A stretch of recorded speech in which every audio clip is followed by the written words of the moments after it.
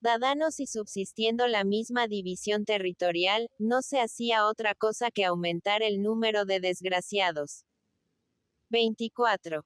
La invasión de Laconia por Epaminondas tuvo lugar en el año cuarto de la Olimpiada 102, 367 a. DJ. C. 25. La ley que esto dispuso no pertenece a Licurgo, sino a un éforo llamado Epitades. 26. Alusión a la batalla de Leuctra, 371 a. DJ. C. La institución de los éforos también es defectuosa. Aunque estos constituyen la primera y más poderosa de las magistraturas, todos salen de las clases inferiores de los espartanos. Y así ha resultado que tan eminentes funciones han caído en manos de gente pobre que se ha vendido a causa de su miseria. Pueden citarse muchos ejemplos antiguos. Pero lo que ha pasado en nuestros días, con ocasión de los Andrias, lo prueba bastante. Algunos hombres ganados con dinero han arruinado al Estado en cuanto han podido. El poder ilimitado y hasta tiránico de los éforos ha precisado a los mismos reyes a hacerse demagogos. La Constitución recibió así un doble golpe, y la aristocracia debió dejar su puesto a la democracia. Debe reconocerse, sin embargo, que esta magistratura puede dar estabilidad al gobierno. El pueblo permanece tranquilo cuando tiene participación en la magistratura suprema. Y este resultado, ya sea el legislador el que lo produzca, ya sea obra del azar, no es menos ventajoso para la ciudad. El Estado no puede encontrarse bien sino cuando de común acuerdo los ciudadanos quieren su existencia y su estabilidad. Pues esto es lo que sucede en Esparta. El reinado se da por satisfecho con las atribuciones que le han concedido. La clase superior lo está por los puestos que ocupa en el Senado, la entrada en el cual se obtiene como un premio a la virtud. Y, en fin, lo está el resto de los espartanos por la institución de los éforos que descansa en la elección general.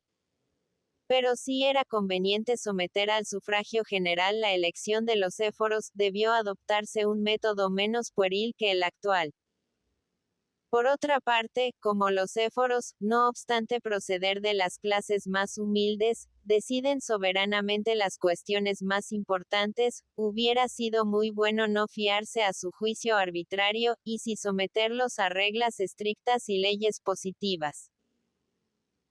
En fin, las mismas costumbres de los éforos no están en armonía con el espíritu de la Constitución, porque son muy relajadas, mientras que los demás ciudadanos están sometidos a un régimen que podría tacharse más bien de excesivamente severo, y al cual los éforos no tienen el valor de someterse, y así eluden la ley entregándose en secreto a toda clase de placeres. 27. Esta magistratura fue fundada por Teopompo 70 años después de Licurgo. 28. La elección de los magistrados en Esparta se hacía a gritos. La institución del Senado está también muy lejos de ser perfecta. Compuesto de hombres de edad madura y cuya educación parece una prenda de su mérito y virtud, debería creerse que esta asamblea era una garantía para el Estado.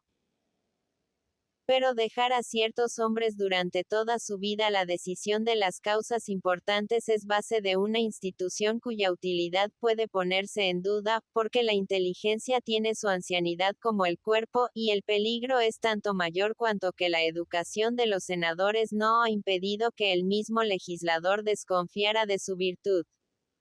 Se ha visto que hombres revestidos con esta magistratura se han dejado corromper y han sacrificado al favor los intereses del Estado. Así que más seguro habría sido no hacer irresponsables, como lo son en Esparta.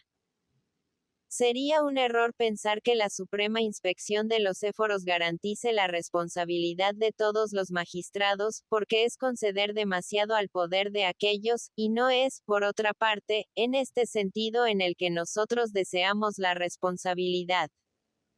Es preciso añadir que la elección de los senadores es, en su forma, tan pueril como la de los éforos, y no puede aprobarse que el ciudadano, que es digno del desempeño de una función pública, se presente a solicitarla en persona. Las magistraturas deben confiarse al mérito, ya las acepte, ya las renuncie el que lo tenga. Pero en este punto el legislador se ha guiado por el principio que resalta en toda su Constitución. Excitando la ambición de los ciudadanos es como se procede a hacer la elección de los senadores, porque nunca se solicita una magistratura sino por ambición. Y sin embargo, los más de los crímenes voluntarios que cometen los hombres no tienen otro origen que la ambición y la codicia. En cuanto al reinado, en otra parte examinaré si es una institución funesta o ventajosa para los estados. Pero en verdad que la organización que aquel ha recibido y conserva aún en la ceremonia 29 no guarda proporción con la elección vitalicia de cada uno de los dos reyes. El mismo legislador ha puesto en duda su virtud, y sus leyes prueban que desconfiaba de su probidad. Y así los lacedemonios los han obligado con frecuencia a ir a las expediciones militares acompañados por enemigos personales. Y la discordia de los dos reyes la consideraban ellos como una salvaguardia del Estado. 29.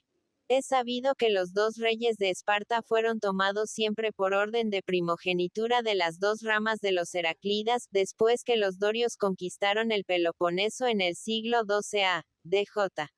C.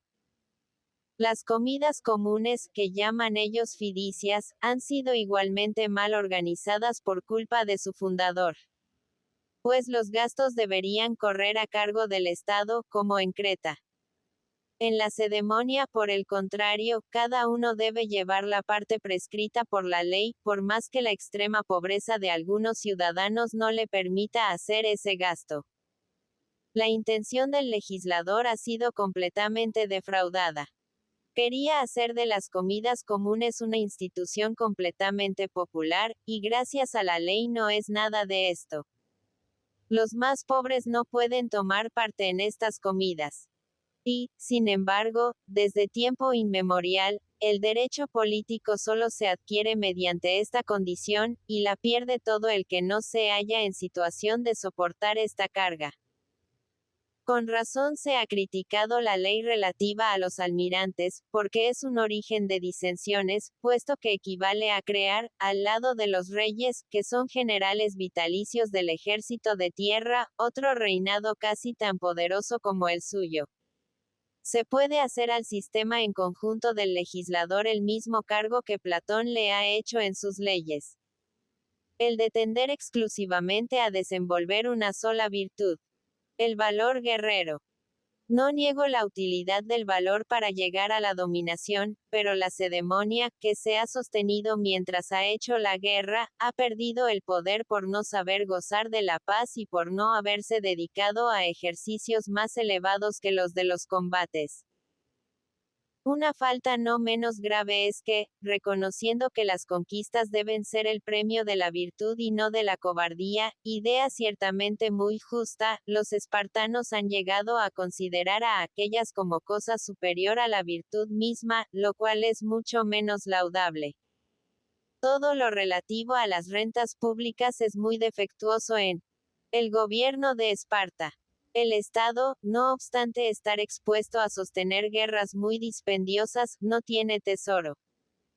Y, además, las contribuciones públicas son poco menos que nulas, porque, como casi todo el suelo pertenece a los espartanos, se apuran muy poco a hacer efectivos los impuestos. El legislador se ha equivocado completamente en lo relativo al interés general, al hacer al Estado muy pobre y a los particulares desmesuradamente codiciosos. He aquí las principales observaciones críticas que pueden hacerse a la constitución de la ceremonia, y a las que ponemos aquí fin. 30. Platón, Lib. I de las leyes. Capítulo 7. Examen de la Constitución de Creta. La Constitución de Creta tiene muchos puntos de contacto con la de Esparta. Aventaja a esta en algunas cosas poco importantes. pero en su conjunto es inferior a ella. La razón es muy sencilla. Se asegura, y es un hecho muy probable, que la Lacedemonia tomó de Creta casi todas sus leyes. Y es sabido que las cosas antiguas son ordinariamente menos perfectas que las que han venido más tarde. Cuando Licurgo, después de haber estado bajo la tutela de Carilao, comenzó a viajar, se dice que residió mucho tiempo en Creta, donde se encontraba con un pueblo de la misma raza que el suyo. Porque los lictios eran una colonia de la Lacedemonia que, al llegar a Creta, adoptaron las instituciones de los primeros ocupantes, y todos los siervos de la isla se rigen todavía por las mismas leyes de Minos que pasa por su primer legislador.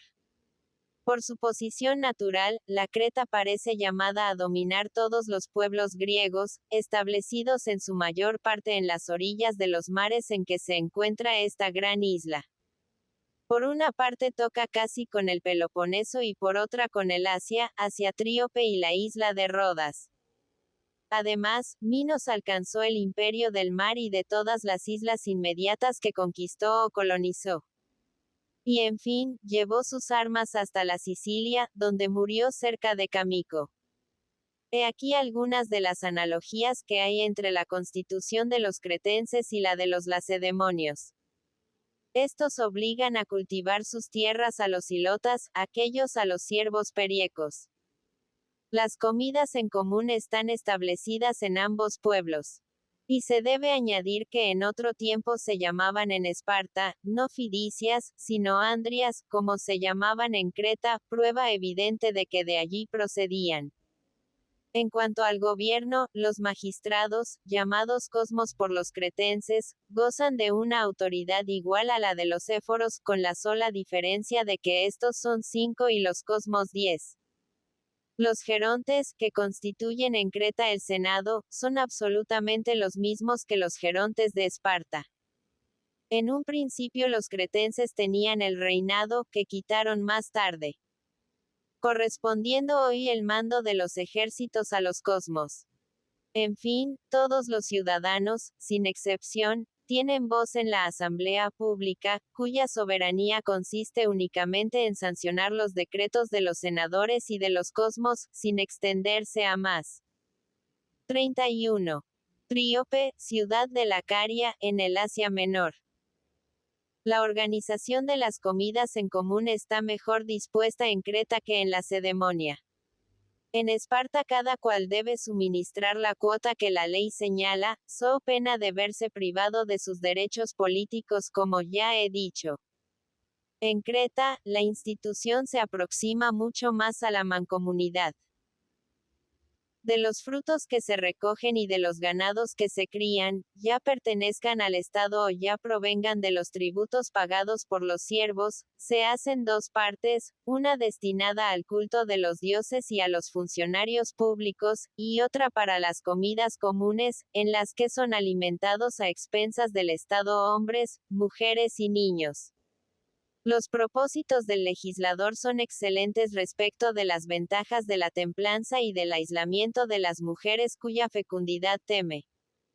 Pero ha establecido el comercio de unos hombres con otros.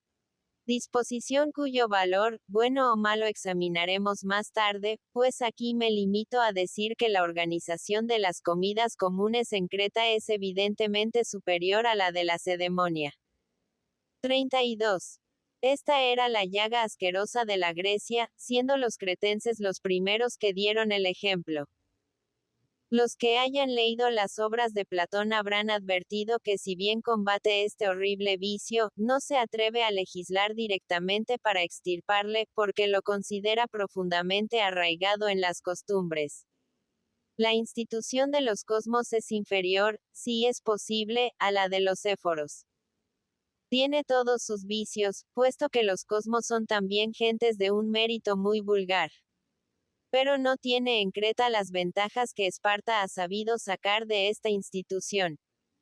En la Lacedemonia, la prerrogativa que concede al pueblo esta suprema magistratura, nombrada por sufragio universal, le obliga a amar la Constitución. En Creta, por lo contrario, los cosmos son tomados de ciertas familias privilegiadas y no de la universalidad de los ciudadanos. Y, además, es preciso haber sido cosmo para entrar en el Senado. Esta última institución presenta los mismos defectos que en la cedemonia. La irresponsabilidad de estos puestos vitalicios constituye un poder exorbitante. Y aquí aparece también el inconveniente de abandonar las decisiones judiciales al arbitrio de los senadores, sin imponerles leyes escritas. La aquiescencia pasiva del pueblo excluido de esta magistratura no prueba el mérito de la Constitución. Los cosmos no tienen como los éforos ocasión de dejarse ganar. Nadie va a su isla a comprarlos. Para remediar los vicios de su constitución, los cretenses han imaginado un expediente que contradice todos los principios de gobierno, y que es violento hasta el absurdo. Los cosmos se ven muchas veces depuestos por sus propios colegas o por simples ciudadanos que se sublevan contra ellos.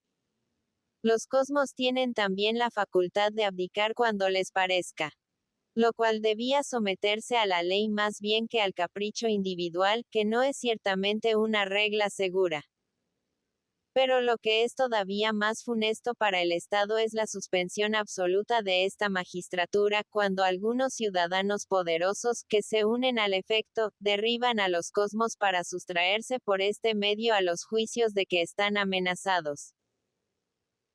El resultado de todas estas perturbaciones es que la Creta, a decir verdad, en lugar de tener un gobierno solo tiene una sombra de él, que la violencia es la única cosa que allí reina, y que continuamente los facciosos llaman a las armas al pueblo y a sus amigos, y, reconociendo a uno como jefe, provocan la guerra civil para llevar a cabo una revolución. ¿En qué difiere un desorden semejante del anonadamiento provisional de la Constitución y de la disolución absoluta de todo vínculo político? Un Estado perturbado de esta manera es fácilmente presa del que quiera o pueda atacarlo. Repito que solo la situación aislada de la Creta ha podido hasta ahora salvarla. Este aislamiento ha hecho lo que no hicieron las leyes, que, además, proscriben a los extranjeros, siendo esta la causa de que mantengan los siervos en el deber, mientras que los ilotas se sublevan continuamente. Los cretenses no han extendido su poder en el exterior. Y la guerra que los extranjeros han llevado recientemente a la isla ha dejado ver la debilidad de sus instituciones. No diré más sobre el gobierno de Creta. Capítulo 8. Examen de la Constitución de Cartago. Cartago goza, al parecer, todavía de una buena constitución, más completa que la de otros estados en muchos puntos y semejante en ciertos conceptos a la de la cedemonia. Estos tres gobiernos de Creta, de Esparta y de Cartago tienen grandes relaciones entre sí, y son muy superiores a todos los conocidos.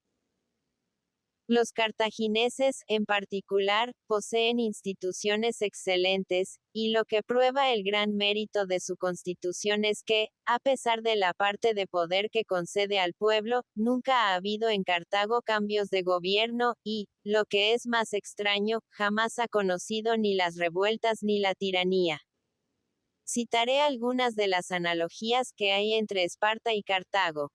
Las comidas en común de las sociedades políticas se parecen a las fidicias lacedemonias. Los 104 reemplazan a los éforos, aunque la magistratura cartaginesa es preferible, en cuanto sus miembros, en lugar de salir de las clases oscuras, se mande entre los hombres más virtuosos. Los reyes y el Senado se parecen mucho en las dos constituciones, pero Cartago, que es más prudente y no toma sus reyes de una familia única, tampoco los toma de todas indistintamente, y remite a la elección y no a la edad el que sea el mérito el que ocupe el poder. Los reyes, que poseen una inmensa autoridad, son muy peligrosos cuando son medianías, y en este concepto en la cedemonia han causado mucho mal. 33. Aristóteles es el único escritor de la antigüedad que ha dado una idea un poco extensa del gobierno cartaginés.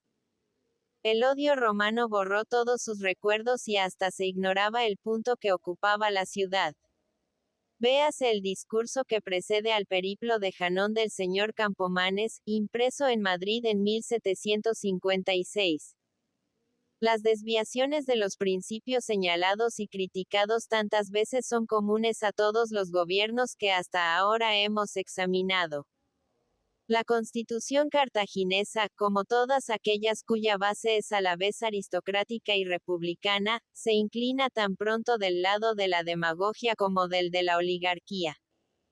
Por ejemplo, el reinado y el senado, cuando su dictamen es unánime, pueden decidir ciertos negocios y sustraer otros al conocimiento del pueblo que solo tiene derecho a decidir en caso de disentimiento.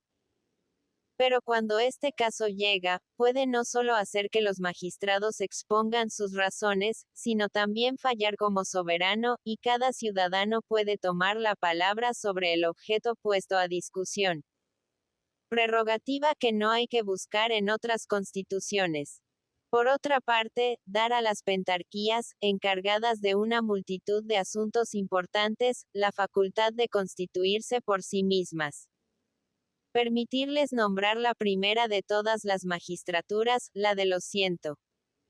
Concederles un ejercicio más amplio que el de todas las demás funciones, puesto que los pentarcas, después de dejar el cargo o siendo simples candidatos, son siempre igualmente poderosos.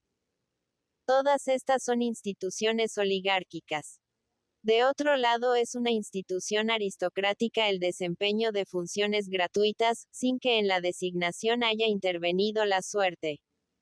Y la misma tendencia advierto en algunas otras, como la de los jueces, que fallan toda especie de causas, sin tener, como en la cedemonia, atribuciones especiales.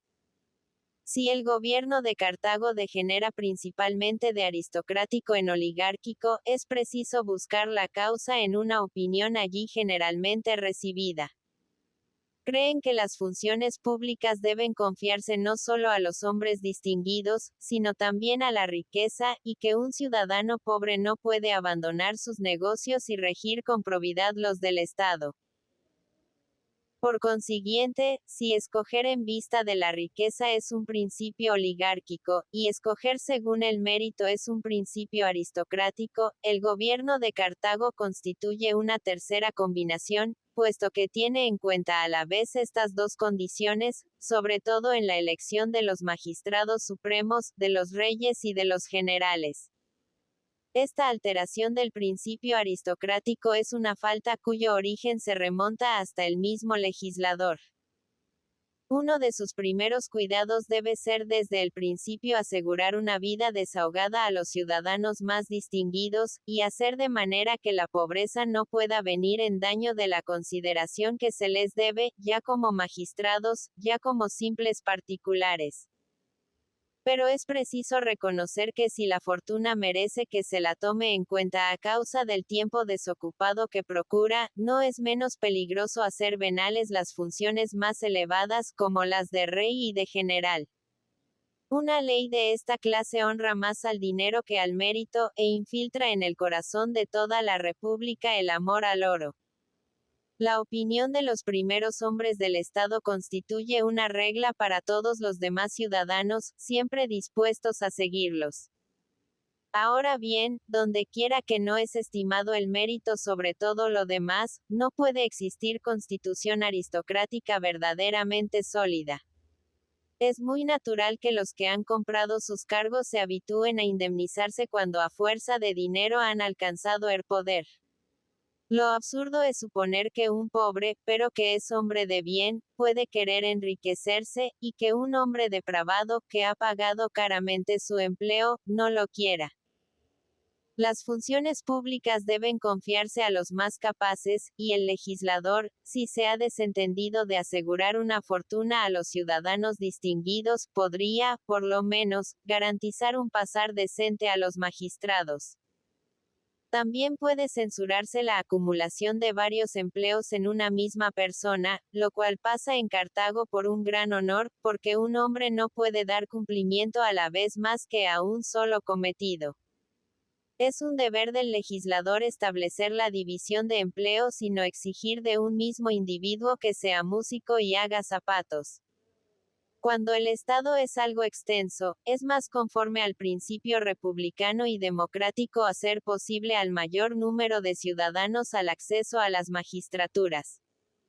Porque entonces se obtiene, como hemos dicho, la doble ventaja de que los negocios administrativos en común se despachan mejor y más pronto. Puede verse la verdad de esto en las operaciones de la guerra y en las de la marina, donde cada hombre tiene, por decirlo así, un empleo especial, ya le toque desde el obedecer o mandar. Cartago se salva de los peligros de su gobierno oligárquico enriqueciendo continuamente a una parte del pueblo que envía a las colonias. Es un medio de depurar y mantener el Estado. Pero resulta entonces que solo debe su tranquilidad al azar, siendo así que al legislador es a quien toca afianzarla.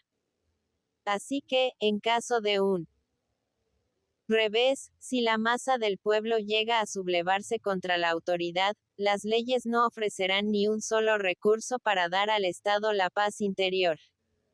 Termino aquí el examen de las constituciones justamente renombradas de Esparta, Creta y Cartago. Capítulo 9. Consideraciones acerca de varios legisladores. Entre los hombres que han publicado un sistema sobre la mejor constitución los hay que jamás manejaron los negocios públicos, habiendo sido simples particulares, y ya hemos citado todo lo que de los mismos merecía alguna atención. Otros han sido legisladores, ya en su propio país, ya en países extranjeros, y ellos mismos han gobernado. Entre estos, unos se han limitado a dictar leyes y otros han fundado también estados. Licurgo y Solón, por ejemplo, ambos dictaron leyes y fundaron gobiernos. Ya hemos examinado la constitución de Lacedemonia. En cuanto a Solón, es un gran legislador a los ojos de los que le atribuyen haber destruido la omnipotencia de la oligarquía, haber puesto fin a la esclavitud del pueblo y haber constituido la democracia nacional mediante un debido equilibrio de instituciones, que son oligárquicas en lo relativo al Senado del Areópago, aristocráticas en punto a la elección de los magistrados, y democráticas en lo referente a la organización de los tribunales. Pero también es cierto que Solón conservó en la misma forma que los encontró el Senado del Areópago y el principio de elección para los magistrados, y lo único que hizo fue crear el poder del pueblo, abriendo el camino de las funciones judiciales a todos los ciudadanos. En este sentido se le echa en cara el haber destruido el poder del Senado y el de los magistrados elegidos, haciendo la judicatura, designada por la suerte, dueña y soberana del Estado. Una vez establecida esta ley, las adulaciones de que era objeto el pueblo, como si fuera un verdadero tirano, dieron origen a que se pusiera al frente de los negocios la democracia tal como reina en nuestros días. Efialto mermó las atribuciones del Areópago, y lo mismo hizo también Pericles, que llegó hasta fijar un salario a los jueces. Y siguiendo el ejemplo de ambos, cada demagogo ensalzó la democracia más y más, hasta el punto en que la vemos hoy. Pero no es de creer que haya sido esta la primera intención de Solón, pues estos caminos sucesivos han sido más bien accidentales. Y así, el pueblo, orgulloso por haber conseguido la victoria naval en la guerra médica, descartó de las funciones públicas a los hombres virtuosos, para poner los negocios del Estado en manos de demagogos corruptos. Solón solo había concedido al pueblo la parte indispensable del poder, es decir, la elección de los magistrados y el derecho de obligarles a que le dieran cuenta de su conducta, porque sin estas dos prerrogativas el pueblo es esclavo u hostil. Pero todas las magistraturas fueron dadas por Solón a los ciudadanos distinguidos y a los ricos poseedores de 500 modios de renta, a los eugitas y a la tercera clase, compuesta de caballeros. La cuarta, que era la de los mercenarios, no tenía acceso a ningún cargo público. 34. Solón murió hacia el año 559 a. D.J. C. a la edad de 80 años. Saleuco dio leyes a los locrios apicefirios y Carondas de Catania, a su ciudad natal y a todas las colonias que fundó Calcis en Italia y en Sicilia.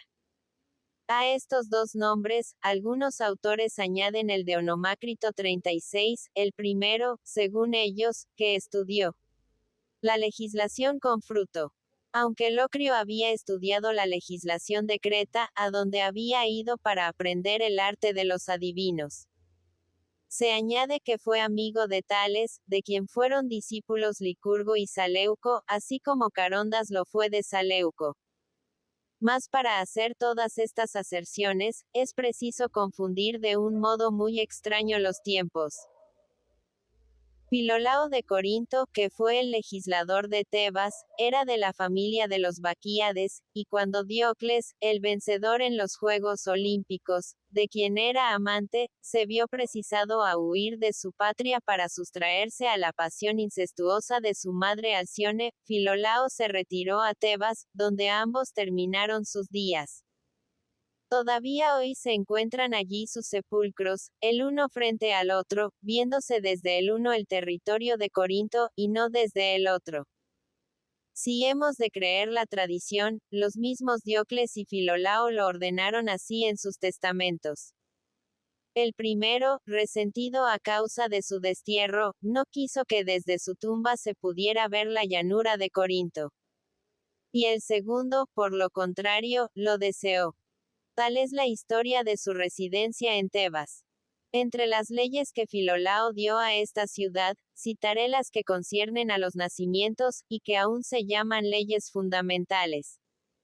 Lo verdaderamente peculiar de este legislador es el haber ordenado que el número de pertenencias fuese siempre inmutable. 35. No se sabe de fijo en qué época vivió Saleuco. Ordinariamente se supone que fue en el siglo VIII a.D.J. c. 36.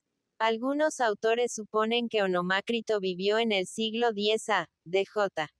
c. 37. Según Müller, Dorier, Tit. 2, Pag. 200 Filolao vivió hacia la Olimpiada 13, 730 a.D.J. c.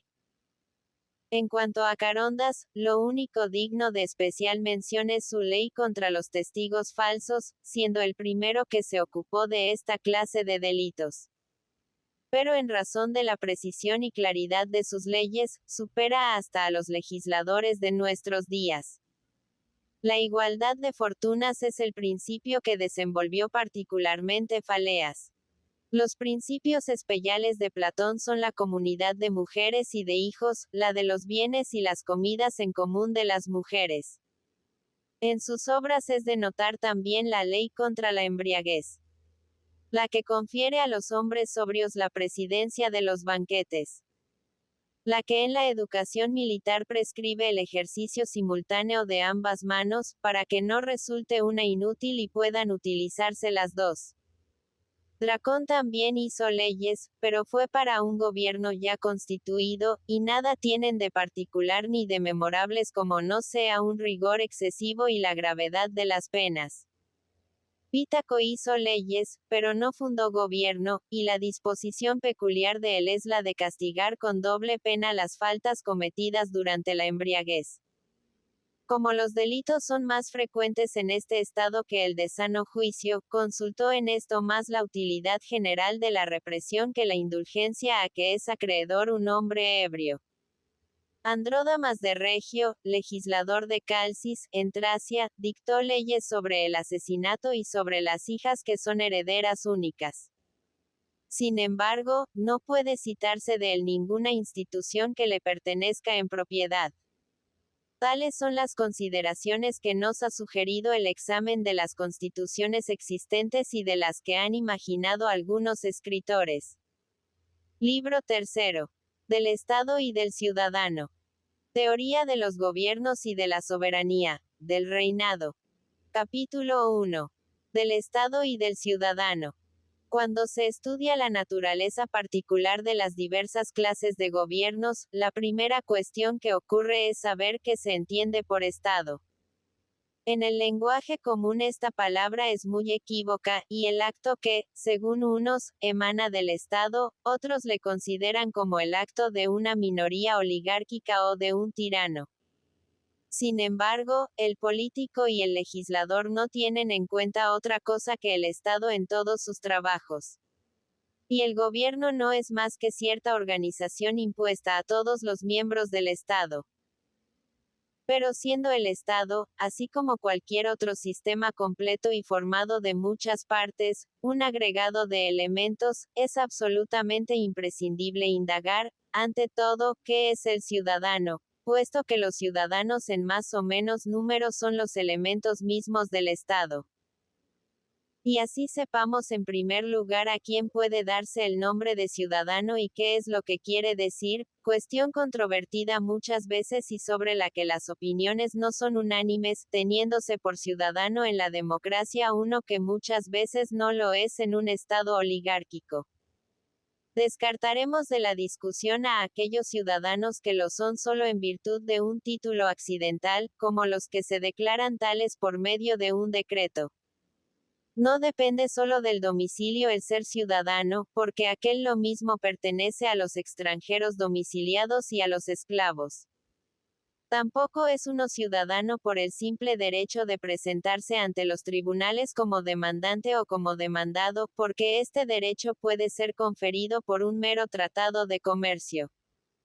El domicilio y el derecho de entablar una acción jurídica pueden, por tanto, tenerlos las personas que no son ciudadanos. A lo más, lo que se hace en algunos estados es limitar el goce de este derecho respecto de los domiciliados, obligándolos a prestar caución, poniendo así una restricción al derecho que se les concede.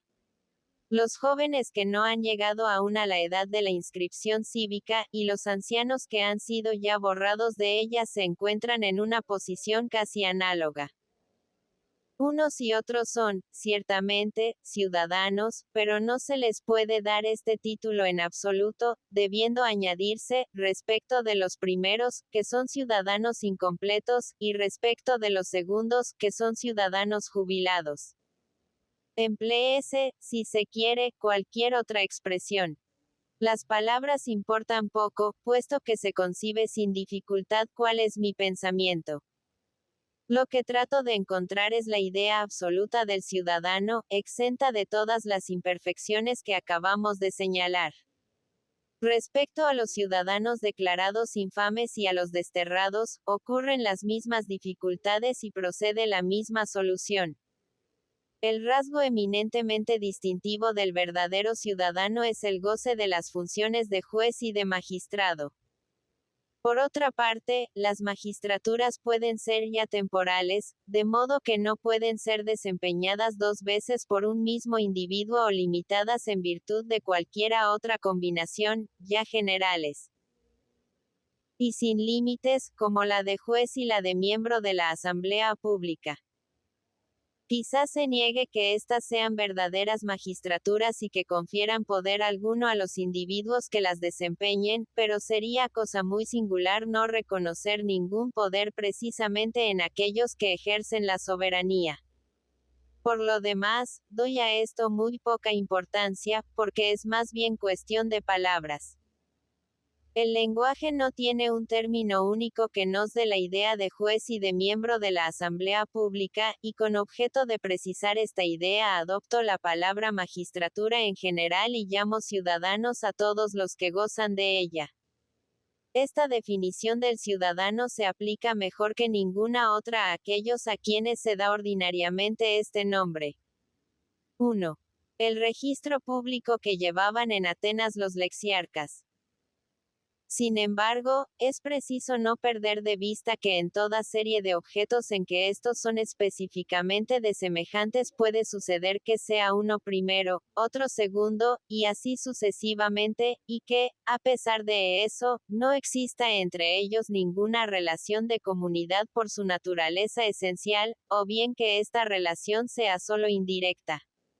En igual forma, las constituciones se nos presentan diversas en sus especies, estas en último lugar, aquellas en el primero. puesto que es imprescindible colocar las constituciones falseadas y corruptas detrás de las que han conservado toda su pureza. Más adelante diré lo que entiendo por constitución corrupta.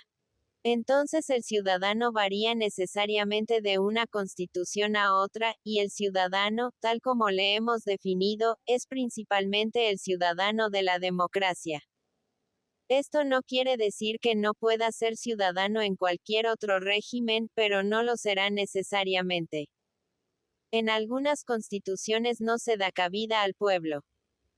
En lugar de una asamblea pública encontramos un senado, y las funciones de los jueces se atribuyen a cuerpos especiales, como sucede en la cedemonia, donde los éforos se reparten todos los negocios civiles, donde los gerontes conocen en lo relativo a homicidios, y donde otras causas pueden pasar a diferentes tribunales. Y como en Cartago, donde algunos magistrados tienen el privilegio exclusivo de entender en todos los juicios. Nuestra definición de ciudadano debe, por tanto, modificarse en este sentido. Fuera de la democracia, no existe el derecho común ilimitado de ser miembro de la Asamblea Pública y juez. Por lo contrario, los poderes son completamente especiales. Porque se puede extender a todas las clases de ciudadanos o limitar a algunas de ellas la facultad de deliberar sobre los negocios del Estado y de entender en los juicios. Y esta misma facultad puede aplicarse a todos los asuntos o limitarse a algunos. Luego, evidentemente, es ciudadano el individuo que puede tener en la asamblea pública y en el tribunal voz deliberante, cualquiera que sea, por otra parte, el estado de que es miembro. Y por estado entiendo positivamente una masa de hombres de este género, que posee todo lo preciso para satisfacer las necesidades de la existencia. En el lenguaje actual, ciudadano es el individuo nacido de padre ciudadano y de madre ciudadana, no bastando una sola de estas condiciones. Algunos son más exigentes y quieren que tengan este requisito 2 y 3 ascendientes, y aún más. Pero de esta definición, que se cree tan sencilla como republicana, nace otra dificultad. La de saber si este tercero o cuarto ascendiente es ciudadano. Así Gorgias de Leoncio, ya por no saber qué decir o ya por burla, pretendía que los ciudadanos de Larisa eran fabricados por operarios que no tenían otro oficio que este y que fabricaban laricios como un alfarero hace pucheros. Para nosotros, la cuestión habría sido muy sencilla. Serían ciudadanos si gozaban de los derechos enunciados en nuestra definición. Porque haber nacido de un padre ciudadano y de una madre ciudadana es una condición que no se puede razonablemente exigir a los primeros habitantes, a los fundadores de la ciudad. Con más razón podría ponerse en duda el derecho de aquellos que han sido declarados ciudadanos a consecuencia de una revolución, como lo hizo Clístenes después de la expulsión de los tiranos de Atenas, introduciendo de tropel en las tribus a los extranjeros y a los esclavos domiciliados. Respecto de estos, la verdadera cuestión está en saber no si son ciudadanos, sino si lo son justa o injustamente. Es cierto que aún en este concepto podría preguntarse si uno es ciudadano cuando lo es injustamente, equivaliendo en este caso la injusticia a un verdadero error. Pero se puede responder que vemos todos los días ciudadanos injustamente elevados al ejercicio de las funciones públicas, y no por eso son menos magistrados a nuestros ojos por más que no lo sean justamente.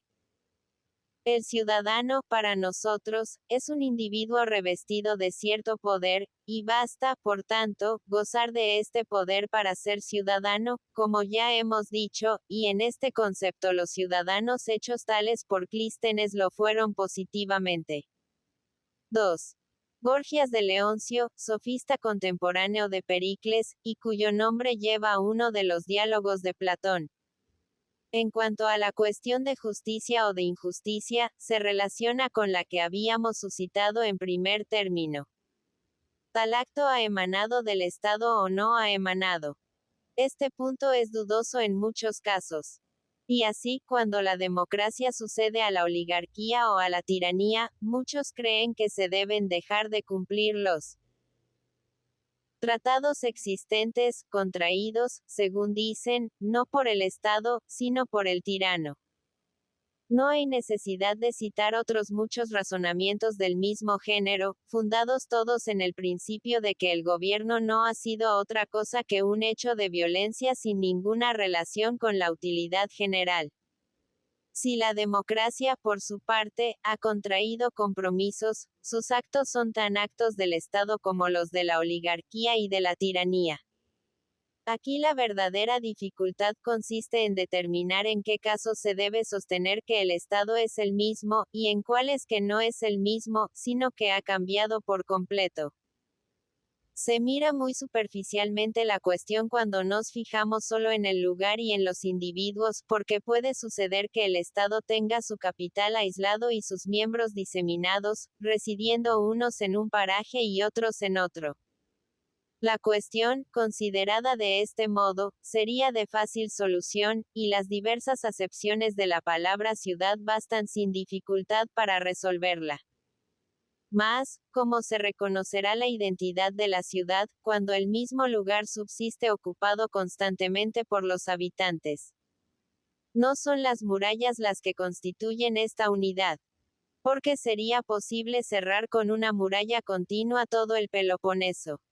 Hemos conocido ciudades de dimensiones tan vastas que parecían más bien una nación que una ciudad. Por ejemplo, Babilonia 3, uno de cuyos barrios no supo que la había tomado el enemigo hasta 3 días después. Por lo demás, en otra parte tendremos ocasión de tratar con provecho esta cuestión. La extensión de la ciudad es una cosa que el hombre político no debe despreciar, así como debe informarse de las ventajas de que haya una sola ciudad o muchas en el Estado. 3. Diodoro, Lib. 2, Pag. 95, supone que Babilonia tenía 360 estadios en redondo, o sea, 14 leguas.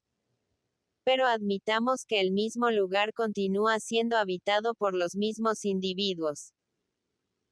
Entonces, es posible sostener, en tanto que la raza de los habitantes sea la misma, que el estado es idéntico, a pesar de la continua alternativa de muertes y de nacimientos, lo mismo que se reconoce la identidad de los ríos y de las fuentes por más que sus ondas se renueven y corran perpetuamente. O más bien debe decirse que solo los hombres subsisten y que el estado cambia.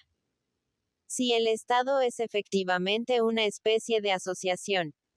Si es una asociación de ciudadanos que obedecen a una misma constitución, mudando esta constitución y modificándose en su forma, se sigue necesariamente, al parecer, que el Estado no queda idéntico. Es como el coro que, al tener lugar sucesivamente en la comedia y en la tragedia, cambia para nosotros por más que se componga de los mismos cantores. Esta observación se aplica igualmente a toda asociación, a todo sistema que se supone cambiado cuando la especie de combinación cambia también, sucede lo que con la armonía, en la que los mismos sonidos pueden dar lugar, ya al tono dórico, ya al tono frigio. Si esto es cierto, a la Constitución es a la que debe atenderse para resolver sobre la identidad del Estado.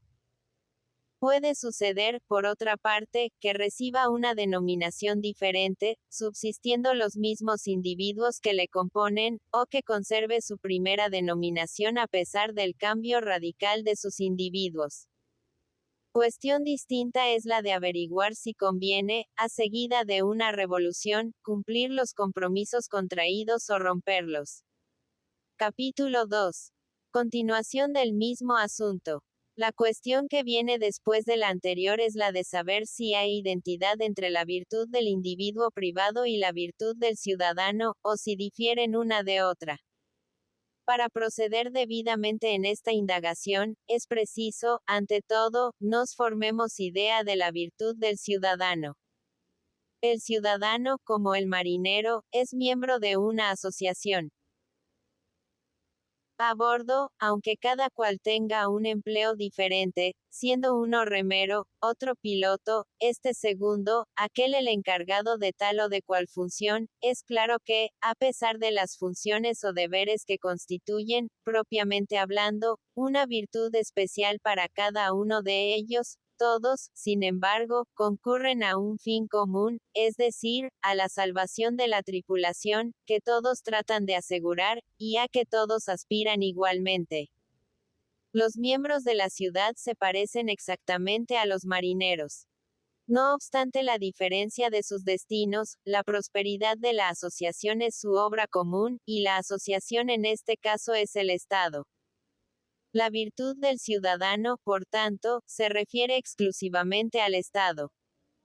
Pero como el Estado reviste muchas formas, es claro que la virtud del ciudadano en su perfección no puede ser una. La virtud, que constituye al hombre de bien, por el contrario, es una y absoluta. De aquí, como conclusión evidente, que la virtud del ciudadano puede ser distinta de la del hombre privado. También se puede tratar esta cuestión desde un punto de vista diferente, que se relaciona con la indagación de la República perfecta. En efecto, si es imposible que el Estado cuente entre sus miembros solo hombres de bien, y si cada cual debe, sin embargo, llenar escrupulosamente las funciones que le han sido confiadas, lo cual supone siempre alguna virtud, como es no menos imposible que todos los ciudadanos obren idénticamente, desde este momento es preciso confesar que no puede existir identidad entre la virtud política y la virtud privada. En la República perfecta, la virtud cívica deben tenerla todos, puesto que es condición indispensable de la perfección de la ciudad.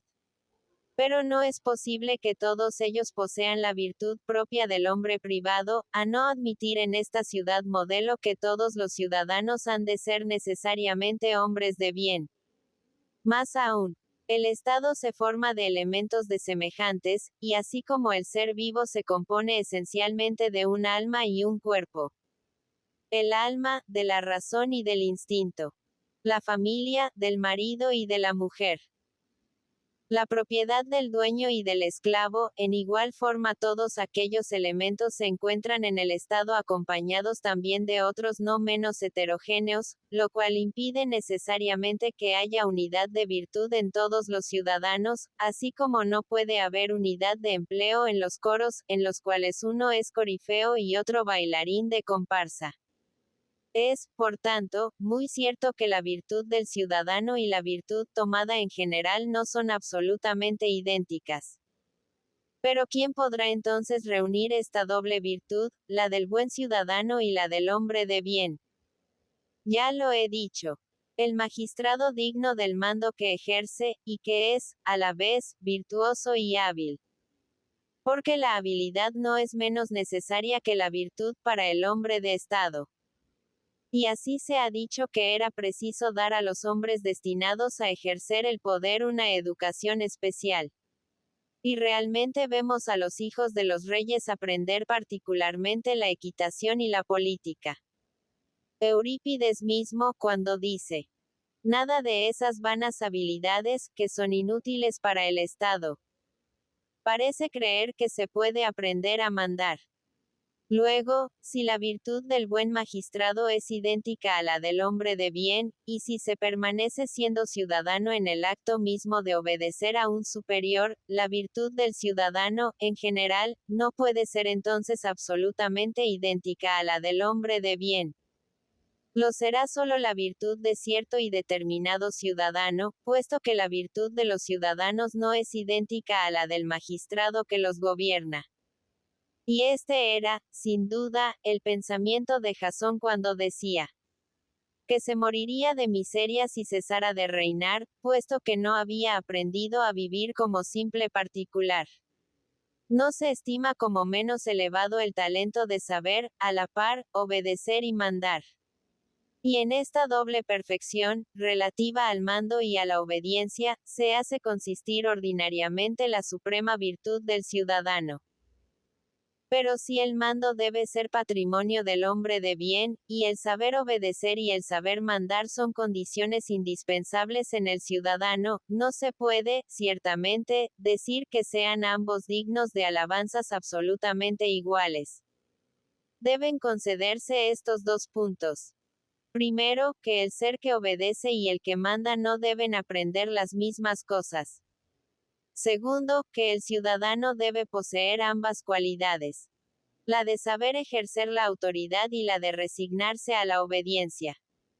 He aquí cómo se prueban estas dos aserciones. 4.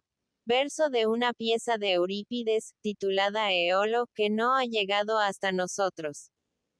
5. Tirano de Feres, en Tesalia. Hay un poder propio del Señor, el cual, como ya hemos reconocido, solo es relativo a las necesidades indispensables de la vida. No exige que el mismo ser que manda sea capaz de trabajar. Más bien exige que sepa emplear a los que le obedecen. Lo demás toca al esclavo.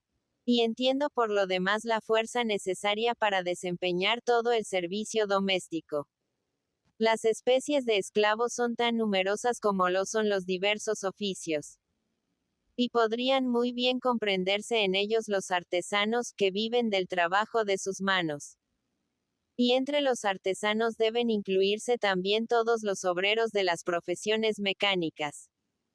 Y he aquí por qué en algunos estados han sido excluidos los obreros de las funciones públicas, las cuales no han podido obtener sino en medio de los excesos de la democracia.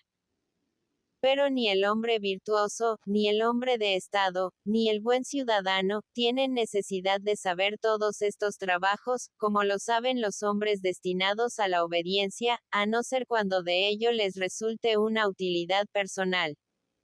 En el Estado no se trata de señores ni de esclavos. En él no hay más que una autoridad, que se ejerce sobre seres libres e iguales por su nacimiento. Esta es la autoridad política que debe tratar de conocer el futuro magistrado, comenzando por obedecer el mismo. Así como se aprende a mandar un cuerpo de caballería siendo simple soldado. A ser general, ejecutando las órdenes de un general. A conducir una falange, un batallón, sirviendo como soldado en este o en aquella. En este sentido es en el que puede sostenerse con razón que la única y verdadera escuela del mando es la obediencia.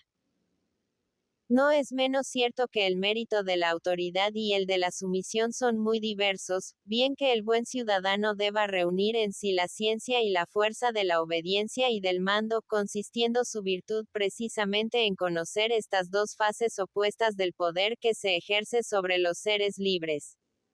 También debe conocerlas el hombre de bien, y si la ciencia y la equidad con relación al mando son distintas de la ciencia y la equidad.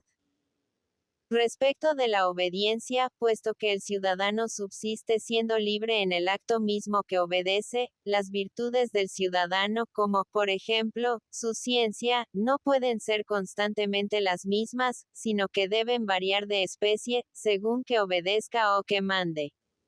Del mismo modo, el valor y la prudencia difieren completamente de la mujer al hombre. Un hombre parecería cobarde si solo tuviese el valor de una mujer valiente. Y una mujer parecería charlatana si no mostrara otra reserva que la que muestra el hombre que sabe conducirse como es debido. Así también en la familia, las funciones del hombre y las de la mujer son muy opuestas, consistiendo el deber de aquel en adquirir, y el de ésta en conservar. La única virtud especial exclusiva del mando es la prudencia. Todas las demás son igualmente propias de los que obedecen y de los que mandan. La prudencia no es virtud del súbdito. La virtud propia de éste es una justa confianza en su jefe. El ciudadano que obedece es como el fabricante de flautas. El ciudadano que manda es como el artista que debe servirse del instrumento. Esta discusión ha tenido por objeto hacer ver hasta qué punto la virtud política y la virtud privada son idénticas o diferentes, en qué se confunden y en qué se separan una de otra. 6. Era uno de los preceptos de Solón. Capítulo 3. Conclusión del asunto anterior. Aún falta una cuestión que resolver respecto al ciudadano. No es uno realmente ciudadano sino en tanto que pueda entrar a participar del poder público o debe comprenderse a los artesanos entre los ciudadanos. Si se da este título también a individuos excluidos del poder público, entonces el ciudadano no tiene, en general, la virtud y el carácter que nosotros le hemos asignado, puesto que de un artesano se hace un ciudadano. Pero si se niega este título a los artesanos, ¿cuál será su puesto en la ciudad? No pertenecen, ciertamente, ni a la clase de extranjeros, ni a la de los domiciliados. Puede decirse, en verdad, que en esto no hay nada de particular, puesto que ni los esclavos ni los libertos pertenecen tampoco a las clases de que acabamos de hablar. Pero, ciertamente, no se debe elevar a la categoría de ciudadanos a todos los individuos de que el Estado tenga necesidad. Y así, los niños no son ciudadanos como los hombres. Estos lo son de una manera absoluta, aquellos lo son en esperanza. Son ciudadanos sin duda, pero imperfectos. En otro tiempo, en algunos estados, todos los artesanos eran esclavos o extranjeros. Y en la mayor parte de aquellos sucede hoy lo mismo. Pero una constitución perfecta no admitiría nunca al artesano entre los ciudadanos. Si se quiere que el artesano sea también ciudadano, entonces la virtud del ciudadano, tal como la hemos definido, debe entenderse con relación, no a todos los hombres de la ciudad, ni aun a todos los que tienen solamente la cualidad de libre, sino tan solo respecto de aquellos que no tienen que trabajar necesariamente para vivir. Trabajar para un individuo en las cosas indispensables de la vida es ser esclavo. Trabajar para el público es ser obrero y mercenario. Basta prestar a estos hechos alguna atención para que la cuestión sea perfectamente clara una vez que se la presenta en esta forma. En efecto, siendo diversas las constituciones, las condiciones de los ciudadanos lo han de ser tanto como aquellas. Y esto es cierto sobre todo con relación al ciudadano considerado como súbdito. Por consiguiente, en una constitución, el obrero y el mercenario serán de toda necesidad ciudadanos. En la de otro punto no podrían serlo de ninguna manera. Por ejemplo, en el estado que nosotros llamamos aristocrático, en el cual el honor de desempeñar las funciones públicas está reservado a la virtud y a la consideración. Porque el aprendizaje de la virtud es incompatible con la vida de artesano y de obrero. En las oligarquías, el mercenario no puede ser ciudadano, porque el acceso a las magistraturas solo está abierto a los que figuran a la cabeza del censo. Pero el artesano puede llegar a serlo, puesto que los más de ellos llegan a hacer fortuna. En Tebas, la ley excluía de toda función al que 10 años antes no había cesado de ejercer el comercio. Casi todos los gobiernos han declarado ciudadanos a hombres extranjeros. Y en algunas democracias el derecho político puede adquirirse por la línea materna. Así también, generalmente, se han dictado leyes para la admisión de los bastardos, pero esto ha nacido de la escasez de verdaderos ciudadanos, y todas estas leyes no tienen otro origen que la falta de hombres. Cuando, por el contrario, la población abunda, se eliminan, en primer lugar, los ciudadanos nacidos de padre o de madre esclavos, después los que son ciudadanos solo por la línea materna, y, en fin, solo se admiten aquellos cuyo padre y cuya madre eran ciudadanos. Hay, por tanto, indudablemente, diversas especies de ciudadanos, y solo lo es plenamente el que tiene participación en los poderes públicos. Si Homero pone en boca de Aquiles estas palabras,